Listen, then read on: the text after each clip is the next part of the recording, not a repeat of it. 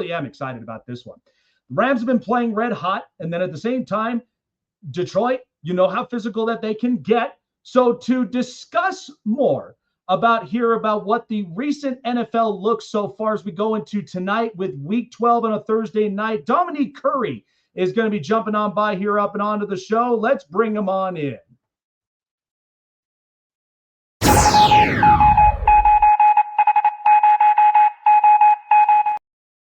So, I think about this, Dominique, and all I've seen all coming into Week 12 is that we've got a lot of physical teams up there. And I mean, the best one that I've seen was the Rams and the Seahawks, knowing how, even though it felt like two heavyweight fighters, but one forgot to bring the uppercut, left that at home.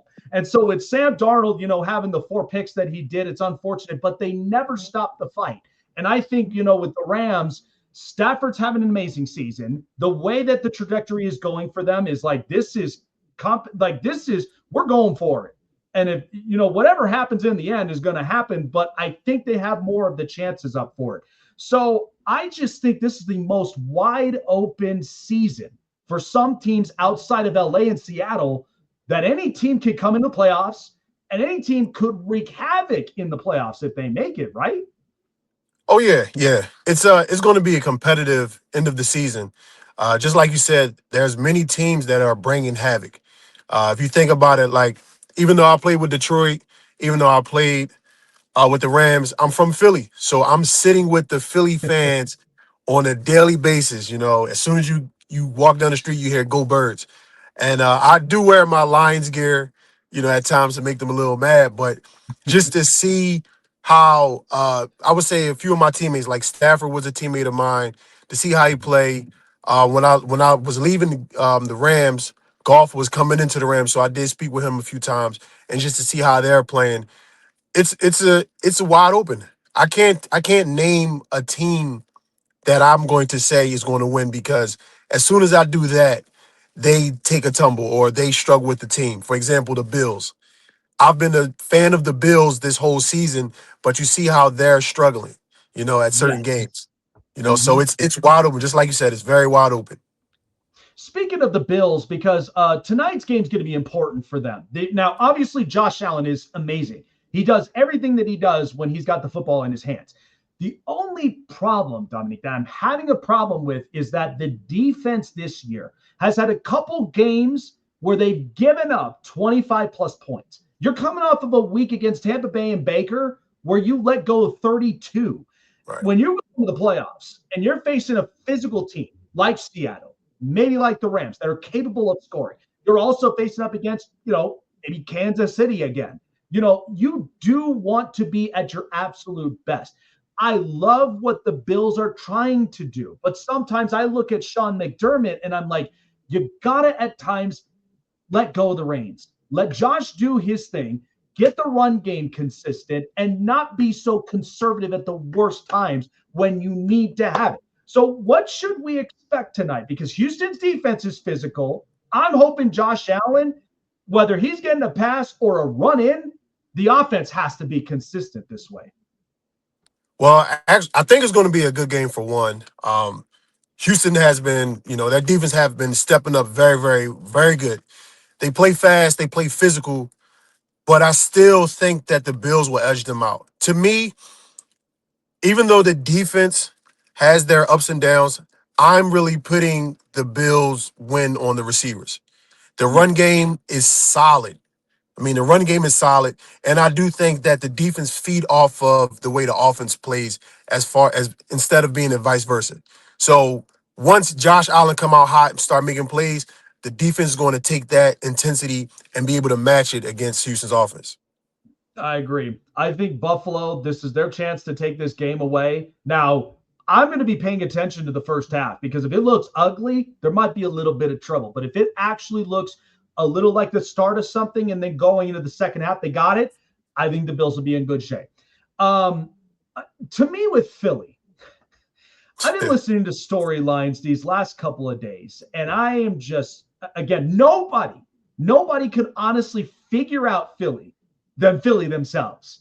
I just look at with this Jalen Hurts thing, because again, it was not It was not a great win when they played Detroit. It was very physical. Detroit, I give them props. They stopped the tush push 4 straight times. But the thing about Philly, the offensive identity is clearly different. Now you are without an offensive lineman. And so Jalen Hurts and company, somebody has to get up and onto the same page because we know the whole A.J. Brown discussion. And then now one of the writers talking about Jalen Hurts making this a Carson Wentz 2.0. I'm like, that's just silly. I mean, come on. Just because it's not looking pretty does not mean Philadelphia is not going to overcome adversities. What do you make of Philadelphia? Because I still believe they're physical. That Jalen Phillips guy that they picked up from Miami, damn, is he looking good. And so that's where I think Philly, they have a fighting chance. Yeah, I think the offense is just very, very conservative. Obviously, AJ is going to be slightly frustrated because he's had amazing seasons the past couple years, and I think in his career he's only had 1 year where he didn't have over 1,000 yards.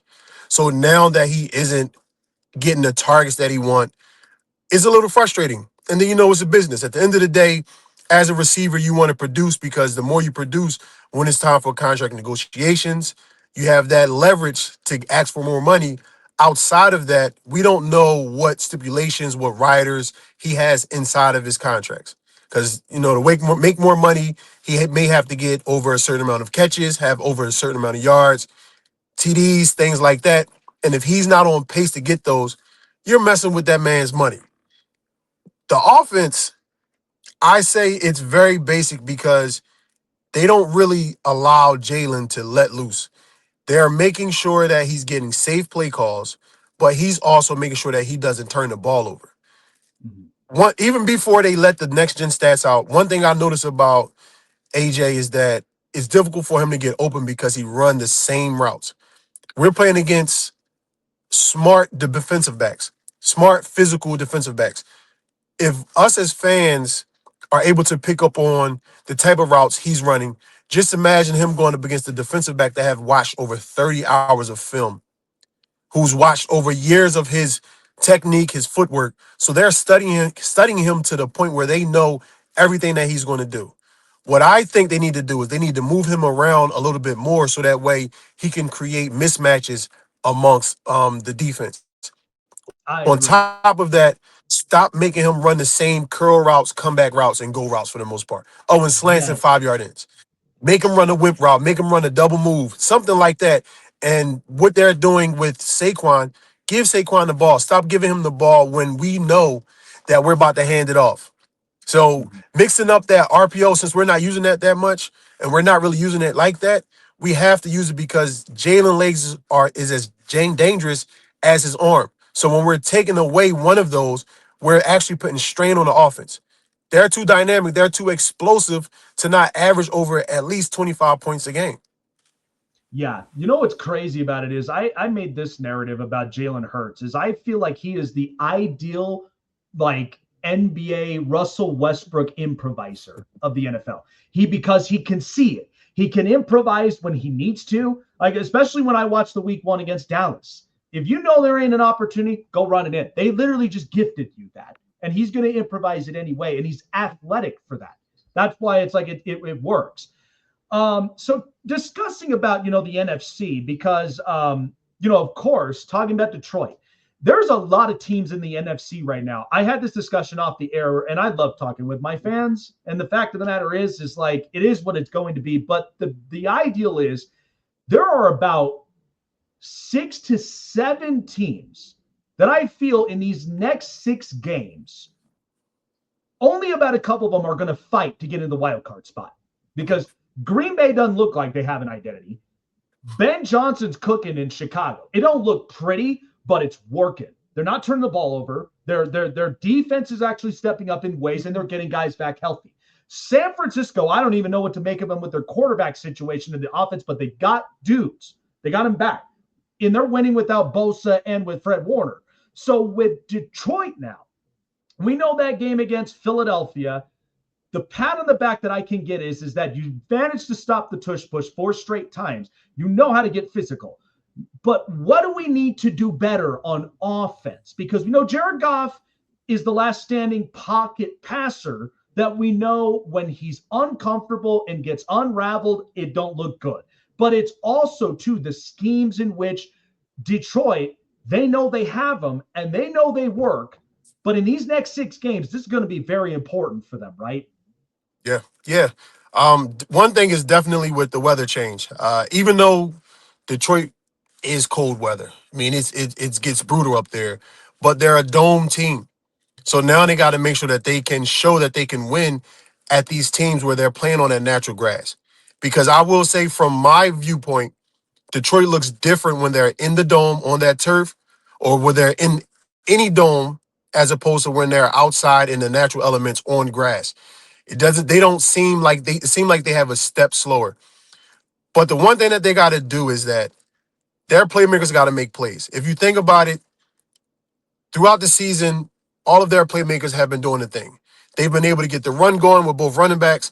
They've been able to spread the ball between receivers. Now, when they did that with the Eagles, it was setbacks that messed them up. Like when they scored a touchdown, we got the penalty. You get the penalty that sets you back. Boom, you missed the extra point. Now that just like something that demoralizes the team just a little bit.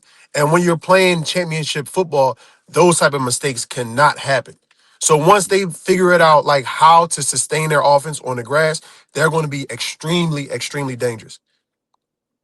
Two of my final questions. These are fun ones here for you because so you played before this team moved to Los Angeles. You played up in St. Louis. Now, I think about this because we watch the NFL have teams relocate to different cities. And at the same time, we've also watched games go international and even more on a broader scale from London to Munich to Spain and even in Brazil.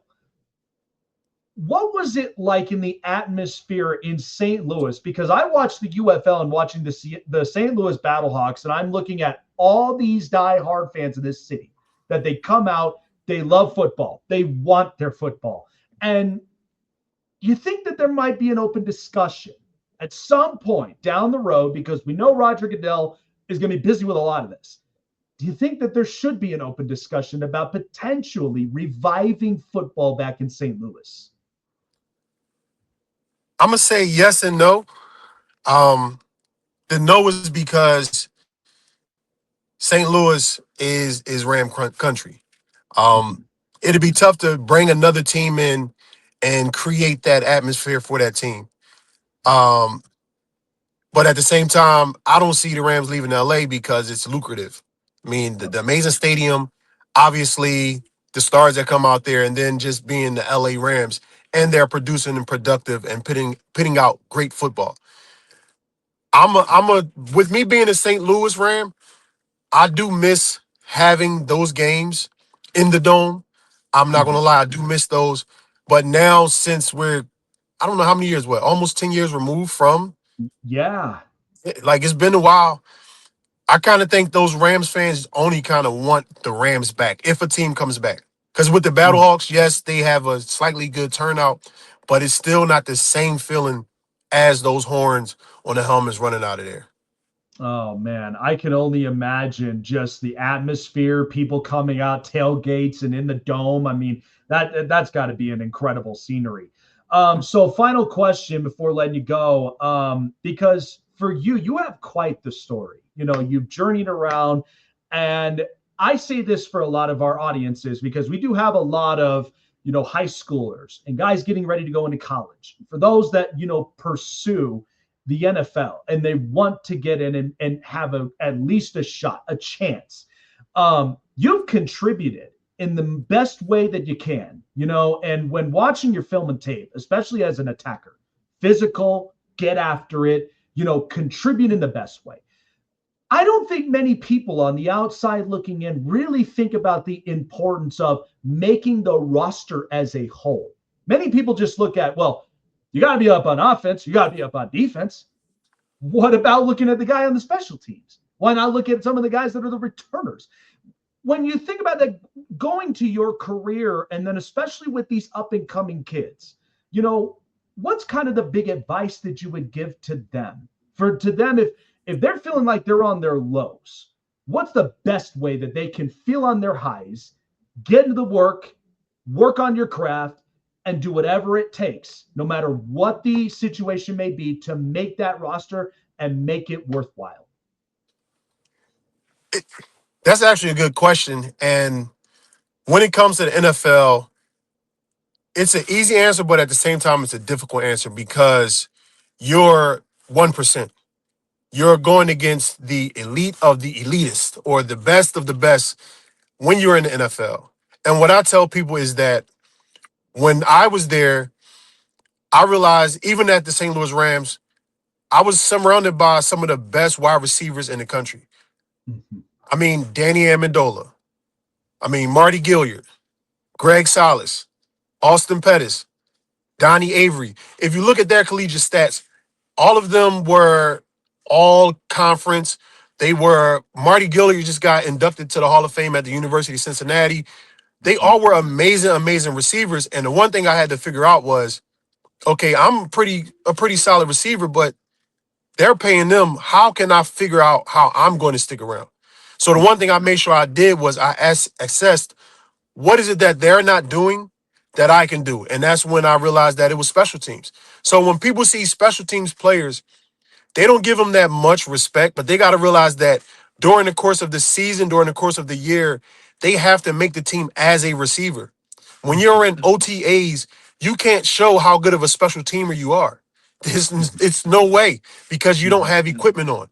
In training camp, you can't show how good of a special teamer you are until and only on game day. So it's like they have to catch the ball. They have to run routes. They are actually good receivers. But to the question that you asked, to the question that you stated, the one way that you got to understand is that there are times where life is going to get hard, and it's not only in sports. It's all across the board. School, out of school. I'm from North Philly, so in the neighborhood, things like that happen. It's all about how you answer that knock at your door. Figure out a way to keep yourself mentally prepared, yourself mentally strong, and emotionally aware.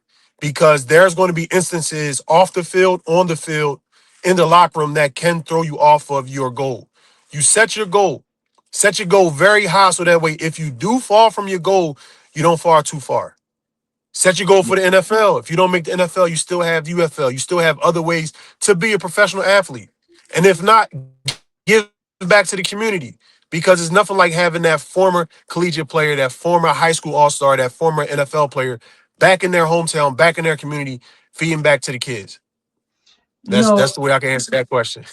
hey, you know what? Listen, and we're in the month of Thanksgiving, and what I'm always thankful for is that not. I mean, I'm very thankful for my family. I'm thankful for, the fact that I can be. I'm ready to introduce a new family member. We're 29 weeks in, and so to have that as a first time dad is the most thing, like the best thing ever. But on the show, I'm so thankful to listen to all these great stories because many people don't realize that. And so that's where I'm so thankful to be able to hear them, to be able to showcase them. So many of the youngsters that are out there that want to pursue it know the story, know the gist, and then blaze your own trail.